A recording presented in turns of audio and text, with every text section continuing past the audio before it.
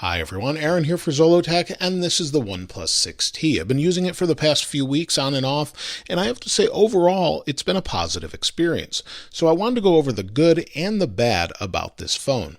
Now the first thing you need to know is this is the 128GB model with 8GB of RAM. It comes in at about $579, so it's a pretty good value for what you get as far as storage and RAM.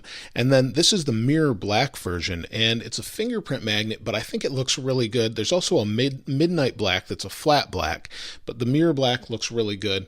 And let's talk about the first good thing. And the first good thing are the specs. So for that $579, you've got the 8 gigs of RAM, like I said, 128 gigabytes of non-expandable storage, and the Snapdragon 845. So it's a really fast, high-end spec phone. And the next positive is the design. This is a very premium built phone. It does not feel like something that is now, well, $579 is not exactly inexpensive, but compared to, say, a Note 9 or an iPhone or a Pixel, all the build quality, this is probably at the top of those. It's really up there. It doesn't creak. It doesn't have anything that feels loose. All the display corners or the edges feel smooth. Even with the screen protector on here, it's smooth. And around the back, everything's just nice and smooth. There's no hard edges or sharp edges. It's really well put together. You've got this design with USB-C here. You only get one speaker though, and we'll talk more about that later. And then with the design, you've got this little switch here that I think they need to incorporate on every Android phone to silence the phone and put it in silent mode here. You can see vibrate or silent. That should be on every Android phone. It's just super convenient and a nice way to manage all of that. And it's glass on the back, glass on the front, and metal all the way around. So it's really nice there. And then you've got your volume button on this side and your SIM tray slot here. So depending on the country you're in, this will also be a dual SIM card slot. This is a T-Mobile phone, so it doesn't have that. And the next positive is the display. Now they have this little notch here. Let me change this so you can see it more clearly with a different wallpaper. So let me pick one of the standard wallpapers here. Now I've applied a different stock wallpaper and you can see the notch. And this notch is a nice teardrop, and then you have almost all display. The bottom part here is smaller, and then this display is a 6.41 inch optic AMOLED display. It's 1080 by 2340 with 402 pixels per inch. Now, when you compare it with other really high-end displays, it doesn't look as good, but it's incredibly close. It looks much better than last year's Pixel 2 XL, and it's close to the iPhones and the Notes and the Pixel 3 XL. In fact, most people aren't going to notice the difference, but there is a slight bluish tint to it, I've noticed. But that isn't that big of a deal, and most people won't even notice that. Now the next good thing is the camera.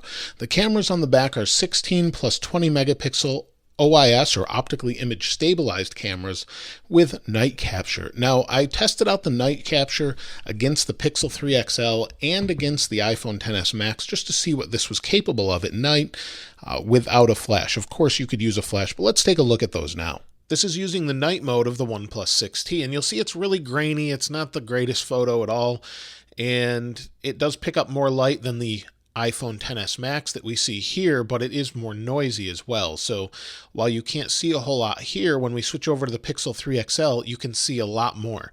However, there is a lot of noise, and the picture is just grainy overall. Now the OnePlus 6T and the Pixel 3 XL, you can see there's a big difference. They're both kind of noisy, but the Pixel 3 XL is a little bit better.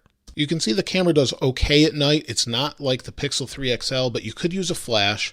But overall, it's pretty good. I wouldn't say this is the best camera on the market. I would give that to the Pixel 3 XL, the iPhones, and the Notes. Those are kind of up there. This is just under that in most things. Now, it's really going to depend on if you're really pixel peeping and things like that. Overall, though, you're going to be very pleased with the images coming off of this sensor. With video as well. In fact, the OnePlus One was one of my favorite video cameras at the time, and this one's pretty decent as well.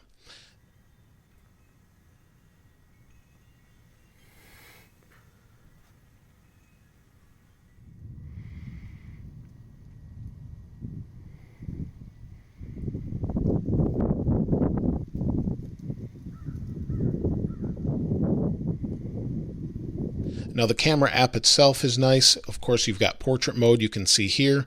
It locks on your face, it does a good job. And then if we spin the camera around, you've got your different modes as well, photo, video, of course, portrait.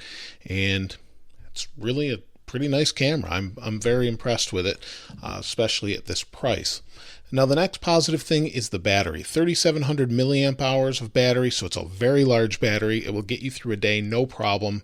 At the end of the day, you'll probably have a charge left. Maybe you'll be able to go a day and a half. It just depends on how you use the phone regularly. If you're a very heavy user, you'll probably get through the day. And then of course you've got the fast charging, which they used to call dash charging. In about 30 minutes, you'll get another full charge. So if you've got that charger in there, plug it in through USB-C and you're good to go.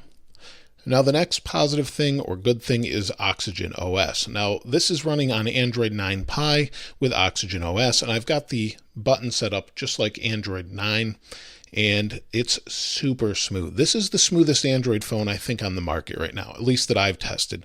Normally I would give that to the Pixel line of phones, but in this case I give it to the OnePlus 6T. I'm not sure what they've done here to optimize it. I'm not sure if it has to do with the RAM and everything else, but I have yet to see this hiccup switching back and forth, loading a web page. So we just refresh that. It's just super smooth going between whatever you're doing, going back home, going into the camera, loading an app, going back out. There's not really anything you're going to do to slow this down at all. Now the next thing I wanted to mention is in a new category that's good and bad. Now this is the good and the bad, but this is sort of in between. I would say it's a positive because I really like what OnePlus is doing, really kind of innovative, and they seem like a hungry company towards whatever's new, and I appreciate that with their fingerprint reader. But this can also be a little bit slow at times. So right there you saw it was fast, and there it was a little bit slower. We wake it up, you'll see it's fast again. Depending on, we'll do that again. See it won't respond, there we go. And it wakes it up quick. Sometimes I'll put my finger on here and I'll wait a couple seconds and then it will unlock. Or I can tap and let off, wait, and then it unlocks. It's kind of strange. And it is a newer technology, and I'm not against this. I like this technology. But I do miss it on the back being super fast. OnePlus is known for fast fingerprint readers. This one just isn't as fast. But if you really prize that being on the front of the phone, especially if it's on a desk, you've got it here, and you want to unlock, that's definitely more convenient than having it on the back. So that's why I say it's good and bad. It's a little bit slower. It's mostly good. So let's move on to the bad. Now, OnePlus is all about never settle, being the flagship killer. Well, this is one area where you kind of have to settle, and that has to do with the headphone jack. They removed the headphone jack to make way for the sensor or the camera that does the fingerprint sensor. And because they did that, they literally have no room inside here. Now, maybe they could have fit it. I'm not a phone engineer, but maybe they could have fit it in here somewhere. However, with their model of never settle, it's kind of settling a little bit. So I can live without it. There's enough phones without the headphone jack now, the iPhones, the Pixels, everything except for Samsung or some of the more inexpensive Android phones. I value the headphone jack. This one doesn't have it anywhere on the phone, and so that's the first bad thing. The next bad thing is no stereo speakers. I'm really used to stereo speakers on iPhones and the Pixel phone. I really like that, and you don't have that here. You do have it out of the bottom. It's nice and loud, it's clear, and of course you can use headphones, and their headphones are pretty inexpensive and some of the best out there for their price, but it's just one speaker, and if you're used to those dual speakers, that's an area where you're going to have to compromise a little bit. It's not awful, but it's something noticeable. The next thing is it does not have an IP rating. Now, OnePlus specifically says, with improved water and dust resistance, our latest flagship can follow you wherever you go. Just don't take it for a swim. So they're saying it's more water resistant than before, but you shouldn't swim with it. And that's pretty true of just about any IP rated phone. However, it's not officially IP rated, and I'm assuming they didn't do that because you have to pay for it.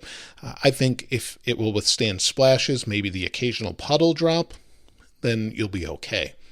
Other than that, though, I wouldn't count on it for being safe if it gets submerged for any period of time. final negative or bad thing is there's no wireless charging. Now this has a glass back. They could have put wireless charging here, I would think. I would think you could fit it in there. It's a pretty small coil, but they decided not to do that. Now you do have that huge battery to make up for that and the super fast charging, but without the wireless charging, it's one thing you just don't get that you can get with some other phones, such as Samsung's or the new Pixel phones. But this is a really nice phone. There's not a whole lot negative about it, and for the price, they're very reasonable compromises. The lack of that headphone jack is probably my biggest complaint, being that they've always said, let's have a headphone jack and not settle. So in this case, they've kind of changed that a little bit, but overall, this is an amazingly great phone for its value. And I think most people that pick one of these up would be really happy about it, and it'd be hard to find anything wrong with it, especially the smoothness. You'll definitely appreciate how fast this thing is all the time. It's just unlike any other Android phone I've seen or used in this range, or any range really. It's just that smooth. But let me know your thoughts in the comments below. If you haven't subscribed already, please subscribe and like. As always, thanks for watching. This is Aaron. I'll see you next time.